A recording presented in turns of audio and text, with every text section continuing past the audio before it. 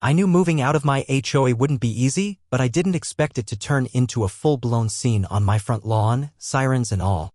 It started early Saturday morning.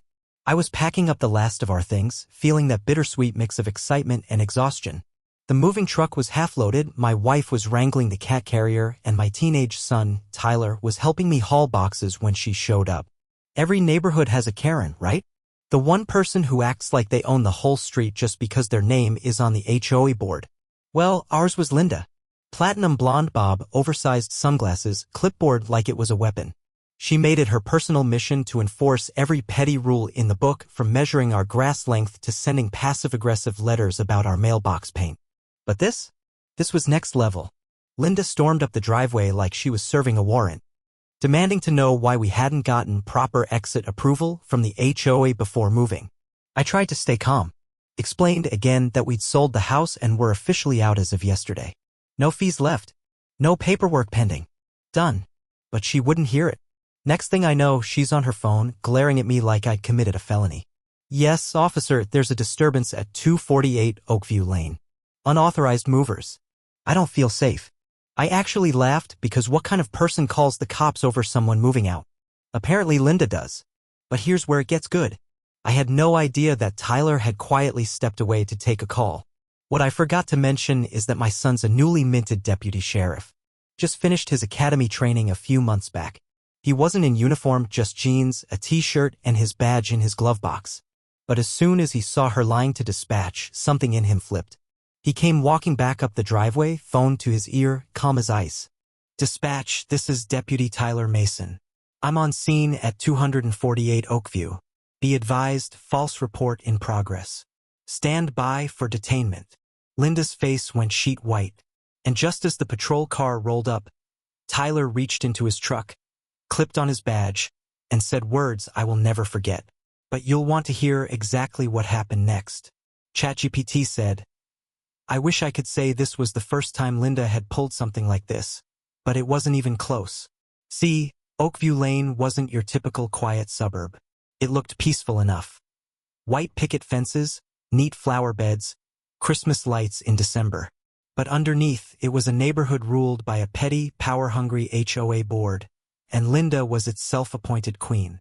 For years, she used those ridiculous HOA bylaws like a weapon. If your trash can stayed out 5 minutes too long, fine. Kids chalking on the sidewalk? Violation.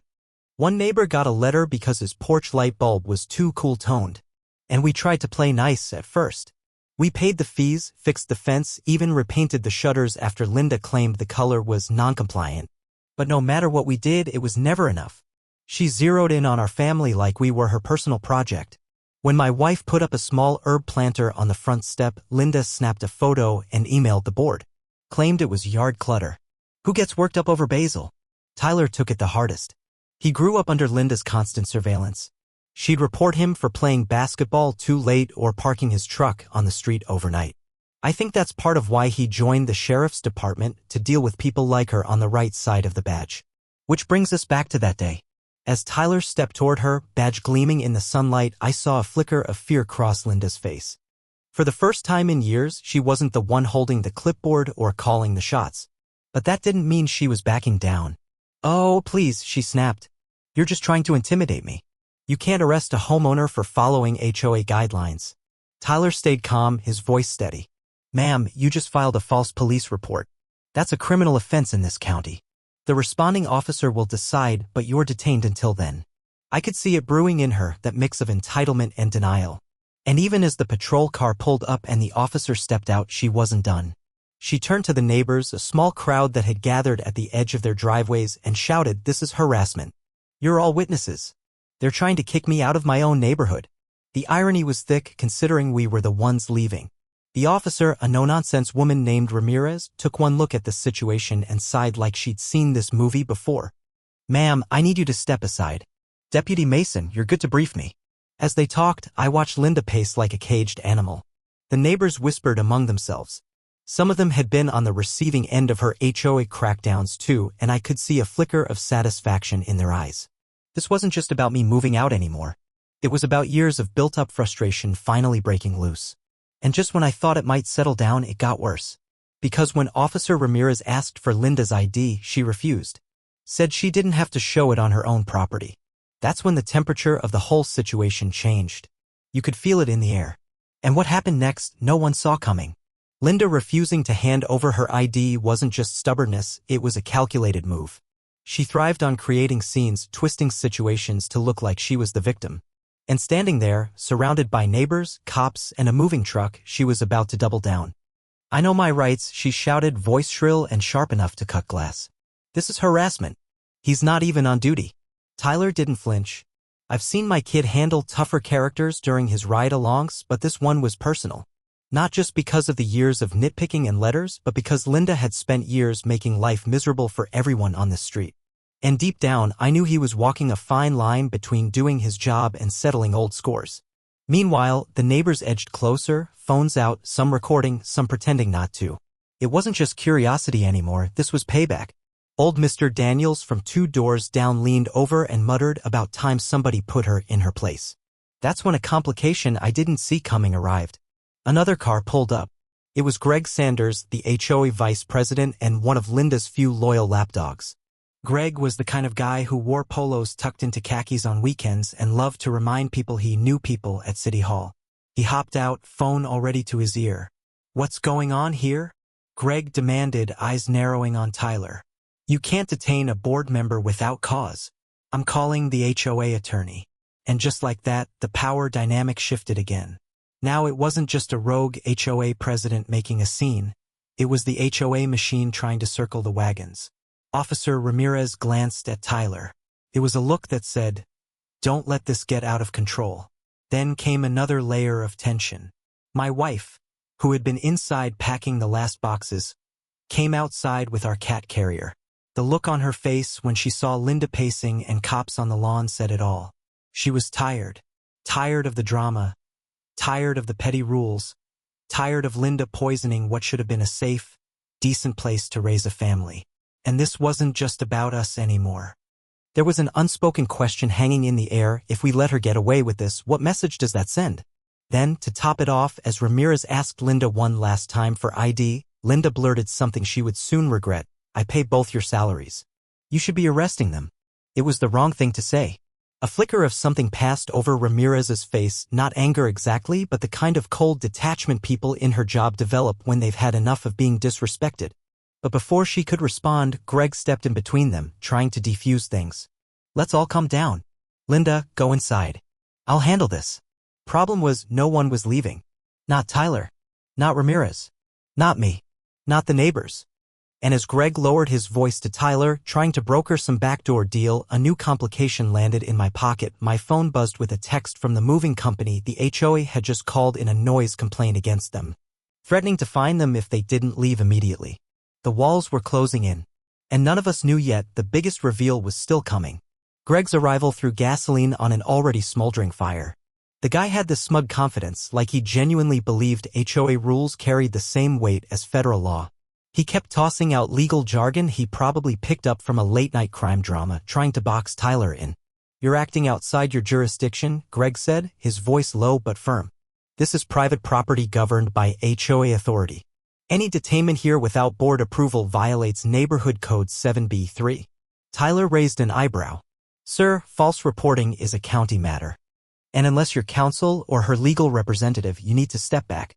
For a moment, it was a standoff of pure ego. Meanwhile, the neighbors were shifting. I noticed Mrs. Kowalski clutching her phone, her face pale. She wasn't recording like the others, she was texting. That mattered because a few months back, she confided to my wife about a weird incident involving Linda. Something about missing dues records and a lien threat that was never filed properly. Now here she was, frantically messaging someone while the circus played out. And while no one said it out loud, you could feel the neighborhood's buried frustrations bubbling up. Linda had made enemies here for years, and now the tight grip she kept over everyone was starting to slip. That's when my wife stepped forward. "Enough," she said, her voice surprisingly steady. "We're done playing games with you people." There was a moral dilemma here, one we both felt. We could just pack up, leave, let this be the next guy's problem. But watching Linda try to twist the system one last time, then drag in Greg and his smug, country club attitude, it wasn't right. Not just for us, but for the whole street. Tyler glanced at me, like he was waiting for permission. And for the first time in a long time, I realized he didn't just want to enforce the law. He wanted to fix what had been broken here for years. But fate wasn't done stacking the deck. The moving company manager walked up to me, phone in hand, his expression tight. "Sir, we just got another call from HOA security threatening to boot us for unauthorized commercial activity. We need to know if we're safe to finish the job." Another squeeze. That was Linda's game. Legal harassment by 1,000 cuts. And in the middle of it, Greg smirked and muttered, "Some people just aren't a good fit for this neighborhood." I don't know what came over me in that moment, but something inside snapped. Before I could say anything, Ramirez's radio crackled. "Unit 12, be advised, county records request confirms pending investigation on Oakview Lane HOA, case file en route." Every head turned. "Wait, investigation?" Ramirez's eyes locked onto Greg. "Is there anything either of you'd like to share with me before this gets worse?" And the color drained from his face. Nobody knew it then, but this wasn't just a neighbor dispute. Something bigger was hiding under those perfect lawns. The storm hadn't even hit yet. You could feel it, the shift in the air. That heavy, suffocating kind of silence right before a storm lets loose. The neighbors stopped whispering. The movers froze mid-lift. Ramirez's radio message still hung in the air like smoke. "Pending investigation on Oakview Lane HOA." Greg's face went pale, his mouth opening like he wanted to deny it, but nothing came out. Linda, for once, wasn't screaming. She was staring at Greg, her eyes narrowing, like she just realized she wasn't in charge anymore. Ramirez stepped forward. "Greg Sanders, I'm advising you not to say another word unless it's to identify yourself. You're not representing this woman legally, and if you interfere with county business, I'll charge you both." Greg swallowed hard, sweat beading on his temple. He glanced at Linda, who hissed, "Fix this." But Greg didn't move. And that's when Mrs. Kowalski finally spoke. "I'm done being quiet," she said, stepping into the driveway. Voice trembling but clear. "I told you months ago, Linda. I told the board. I have copies of everything. The fake fines, the unfiled liens, the missing escrow account money. You made the street miserable and now you're getting caught." The words hit like a match to dry kindling. Gasps. A few people exchanged wide-eyed looks. Mr. Daniels muttered, "Knew it." Even the movers paused to listen. Linda's mask cracked. She turned toward Mrs. Kowalski, eyes wild. "You liar. You've always been jealous of me, you bitter old hag." Ramirez raised a hand. "Enough." The air felt brittle, tight like it might snap any second. Tyler's hand hovered near his belt, not his weapon, his cuffs. He was reading the situation, waiting for the inevitable. And then my phone buzzed again. "Unknown number, we're watching. HOA files next." I stared at the message. A chill went through me. This wasn't random. Somebody else was involved. This wasn't just Linda and Greg pulling power plays. There was a bigger, nastier game behind those picket fences. I showed the screen to Ramirez. She went still for half a beat. "Forward that to the station. Now." Greg saw the phone. Saw the look on Ramirez's face. And he broke. "I didn't know about everything," he blurted, desperate now. She made me threaten people. She said if I didn't, she'd shut up." Linda shrieked. But it was too late. The dam had cracked. Ramirez turned to her. "Ma'am, you're about one word away from felony obstruction." And that's when the second patrol car turned onto the street, lights on, tires crunching gravel. Everyone tensed. Linda's chest heaved. She stepped back toward her front door. Her eyes darted, calculating. You could see it, fight or flight. But she wasn't leaving quietly. "You're all going to regret this," she shouted. "You think you can take me down? I am this neighborhood." And then the front door opened and someone none of us expected stepped out. Her husband. He'd been silent for years, the kind of guy who mowed the lawn, waved politely, and let Linda wage her private wars. But there he was, face hard, a thick manila folder in hand. "Not anymore," he said. And just like that, the fuse hit the flame. Nobody spoke as Linda's husband stepped onto the porch. The manila folder in his hands wasn't just some prop, it was heavy, you could feel it. The way his knuckles gripped the edges, the tightness in his jaw, it screamed that he'd been carrying more than paper for a long time. Linda froze mid-sentence, eyes narrowing. "What are you doing, Carl?" "Get back inside." But Carl didn't flinch. Not this time. He handed the folder to Officer Ramirez. "You'll want to see this. It's everything. HOA meeting minutes, unfiled complaints, fake violations, bank records, and names. Lots of names." The street was dead silent. Tyler stepped in closer, glancing at Ramirez as she carefully opened the folder, skimming the first few pages. Her expression shifted from professional detachment to grim realization. This isn't just petty fines, she muttered. This is fraud. Extortion. And then came the second twist. Ramirez's radio crackled again. Unit 12, be advised, county records indicate Linda Mason is not the HOA president on file. Position's been vacant for 6 months. Heads turned. What? Linda barked. That's a lie. I never stepped down. But Greg's face said otherwise. He wouldn't meet her eyes. Carl spoke, voice low but steady. You were supposed to resign after the audit flagged those missing funds last year. But you refused. You threatened everyone. So the board quietly removed you. Greg was supposed to tell you. Greg's face crumbled. She said if I did, she'd ruin me. Sue my business, wreck my life. Ramirez's grip tightened on the folder. So for 6 months, you've been posing as HOA president, enforcing fines, calling in bogus violations, threatening residents with zero legal authority. The look on Linda's face wasn't fear. It was fury. That wild, cornered animal kind of rage. And then she bolted. She didn't go inside. She didn't argue. She ran past the moving truck, across 2 yards, through a neighbor's rose bushes, barefoot, still clutching her phone. Tyler, go. Ramirez barked. Tyler took off after her, radio in one hand, badge flashing. The crowd gasped. Mrs. Kowalski clutched her chest. Greg sank onto the curb, head in his hands. The movers stepped aside, unsure what universe they'd driven into that morning. And just when I thought it couldn't get any worse, my phone buzzed again. Same unknown number, you should have left it alone. And attached, a live video feed. I clicked it, my stomach dropping. It showed my backyard. Right then. Live. A shadowy figure moving by the shed. I shoved the screen toward Ramirez. Someone's at my house. Her eyes went wide. Tyler. Break off pursuit, we've got a bigger problem. But Tyler was already chasing Linda down the street. And whatever was about to happen next, we were out of time. Ramirez didn't hesitate. She grabbed her radio. Unit 12, second suspect on property, possible break-in. I need backup at 248 Oakview Lane. Deputy Mason is in foot pursuit, advised to return ASAP. I couldn't peel my eyes off the screen. The video feed was jerky but clear. A tall figure, hoodie up, moving toward my backyard shed. A crowbar glinted in their hand. Whoever they were, they knew what they were doing. And I knew exactly what they were after. Inside that shed, buried behind old holiday decorations, was a small metal lockbox. It held every HOA letter, fine notice, and bizarre threatening note we'd collected over the years. Things Linda had sent. Things that never made it to the official HOA record. I was going to turn them over when we left, but now it was clear. Someone wanted them gone. Ramirez barked an order at the second patrol car. You around back with me. Now. I followed. Phone still in hand. Heart pounding so hard it hurt. We rounded the side of the house just in time to see the shed door swing open. The figure froze. Then they turned. And it wasn't who I expected. It wasn't a hired goon.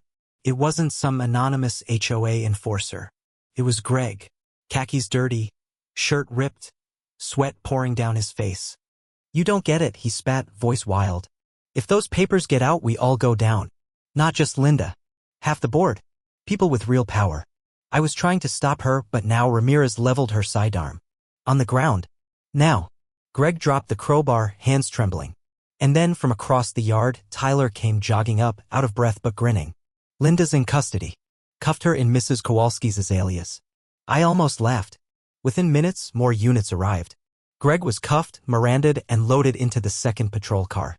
Ramirez secured the shed, retrieved the lockbox, and gave me a look like, good call keeping this. Neighbors gathered in small knots, murmuring. Some stunned, some relieved. Mrs. Kowalski clutched my wife's hand. Even Mr. Daniels cracked a smile. And then the final surprise.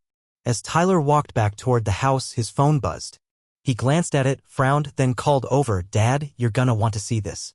I took the phone. It was an email. From oakviewassociation@gmail.com. Subject, official HOA audit results, effective immediately. Body, the Oakview Lane HOA has been formally dissolved pending criminal investigation. All outstanding fees, fines, and property liens issued by the board in the last 18 months are null and void. Please direct further inquiries to the county legal office. I stared at the screen. It was over. Linda's reign, Greg's backdoor deals, the HOA's stranglehold on the street done. Tyler clapped me on the shoulder. Guess we made a little history today. And as we finished loading the last of our boxes, Ramirez passed by, giving a rare smile. By the way, she added, the county's opening a case against 4 other HOAs connected to this one. Seems you weren't the only family getting pushed around. I let out a long, shaky breath. We pulled out of the driveway at sunset. Oakview Lane looked different. Lighter. Like a place finally breathing again. And just before I turned the corner, I glanced in the rearview mirror. Mrs. Kowalski waved. In her hand was a clipboard.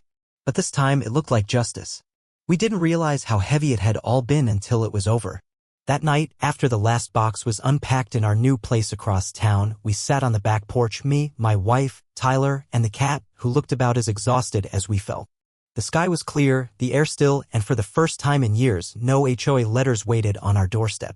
The news spread fast. By morning, Oakview Lane was the talk of the county. Linda was officially charged with fraud, harassment, and obstruction. Greg, facing multiple counts of conspiracy, agreed to cooperate. And it turned out Mrs. Kowalski wasn't just a retired schoolteacher she used to work as a county auditor. She'd been quietly collecting evidence for months, waiting for the right moment to strike. She knew, my wife said, shaking her head. All this time. She knew, I agreed. And she was waiting for backup. The other neighbors? Well, they stepped up too. Mr. Daniels helped organize a neighborhood cleanup to tear down those ridiculous HOA-issued signs. The moving company sent us a handwritten thank you note for standing up to them. And Ramirez? She stopped by our new house a week later to drop off a copy of the case file with a sticky note on the front that read, "Told you it'd be worth hanging onto those papers." As for Tyler, it changed him too. He joined the sheriff's department to make a difference, but this was the first time it had gotten personal. Watching him chase down the woman who spent years making our lives miserable, then help crack open a whole network of petty tyranny? I saw something settle in him that day. I get it now, he told me. It's not just about laws. It's about people knowing someone's got their back. That stuck with me. Because this wasn't just a story about one bad neighbor or a corrupt HOA. It was about how easy it is for small abuses of power to pile up when nobody pushes back. About how good people stay quiet, hoping someone else will deal with it. And how sometimes you have to be the one to draw the line. If you take anything from this story, let it be this: document everything, stand up for yourself, and never underestimate the power of one person speaking up. Especially when others are too scared to. Because if we hadn't, Linda would still be calling the shots. The lies would still be piling up. And families like ours would still be packing up, convinced that fighting it wasn't worth it. Turns out it was. And as Tyler likes to say now, sometimes you don't need a badge to do the right thing, but it doesn't hurt. So if you've got a Linda in your life, in your neighborhood, your office, your HOA, remember this story. Start taking notes. Find your Mrs. Kowalski. And don't back down. Because bullies only win when no one pushes back.